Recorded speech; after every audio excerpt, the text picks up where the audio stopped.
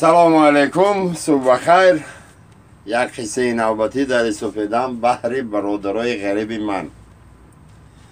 غریب بچه میای روسیه، یک 2 سال کار میکنه، پلان مکشکی میرم، انشالله رحمان نصیب باشه توی میکنم، زن میگیرم، زندگیم همه خیلی عجایب بود میشه. برای توی گفته یک طفلی لیکرا اونو خریدن در کار. طفلی میخره میبره ارزه حوض خطی با عروس داشته به خودش.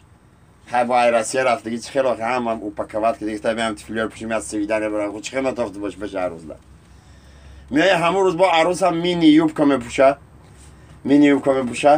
یه هم خیلی عروسش اچاق میکنه در آقاش استک پاش همه که بینی پای هم میبره روشنی رو میبینه که در تفلیای لیکرونی پشه خیلی خوش مگه که میدونی چی؟ من در روسیه با یک کسی دیگه یاد گرفتم همه چی مدام عیان میشه. این همه تو نپریمیر حالی ترسی که سرخ پوشیدگی دخترم خیلی ایزان میکشه میخیزه میره میگه باید یه ایگجو فهمیده باشه.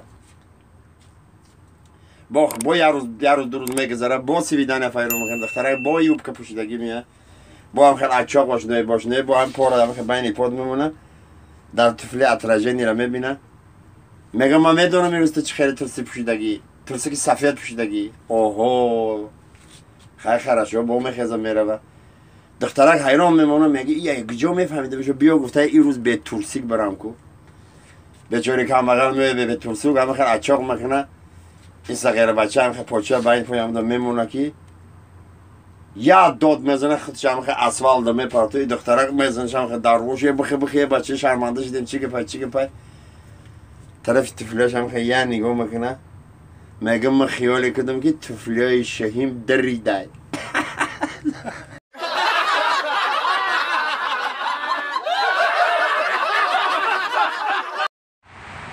بسیار برادرها سوال میتونن که چوب ویدیوهای نو برآمده است.